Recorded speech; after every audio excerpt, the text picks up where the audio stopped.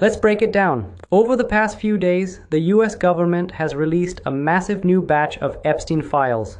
Millions of pages plus thousands of videos and images, and the internet did what it always does. It immediately turned it into a scoreboard of famous names.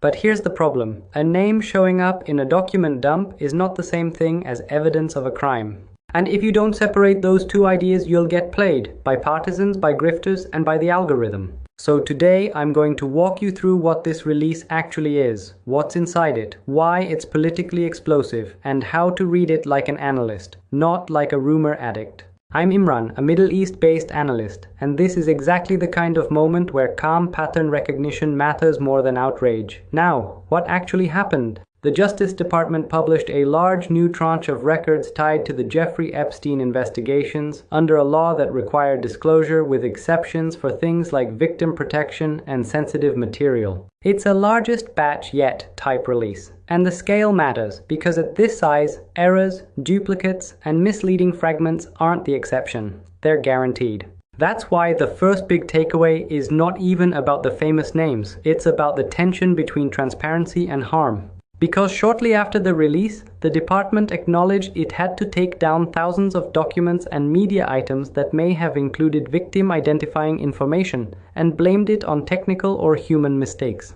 That tells you two things at once. Yes, the pressure for disclosure is real, and yes, the process is messy, high-risk, and politically radioactive. Now let's talk about what people actually care about, the names. Here's how to interpret mentions in a dataset like this. A huge portion of these references are not direct communications. They're news clippings, forwarded articles, gossip in emails, scheduling notes, contact logs, and unverified tips that were submitted to authorities. In other words, the files are a map of Epstein's orbit and the government's paper trail, not a clean list of proven wrongdoing. And that brings us to the question everyone keeps asking: who is mentioned and how many times? Based on reporting that reviewed the newly released records, President Trump is referenced thousands of times, but much of that appears to be mentions in news articles and related chatter, not some single smoking gun. Document. Britain's former Prince Andrew appears at least several hundred times across clippings, emails, and guest list-style documents. And some of the records reflect investigators trying to secure cooperation or interviews. Elon Musk shows up in at least a couple of email exchanges about potential visits, the key word being potential. The available reporting says it isn't clear whether those visits actually happened. And Bill Clinton is also among the prominent figures referenced and pictured in earlier tranches. Again, that's about presence in the record, not proof of a crime. None of that should be flattened into guilty by PDF. So why does this matter politically? Because each side wants a different story. One camp wants to say, this proves the system protected elites.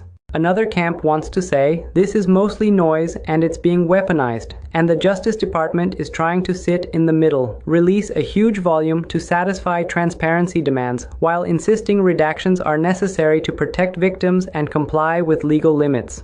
That creates three predictable risks. Risk 1. Misinformation by screenshot. At this scale, you can pull a single line, remove context, and manufacture a narrative in minutes.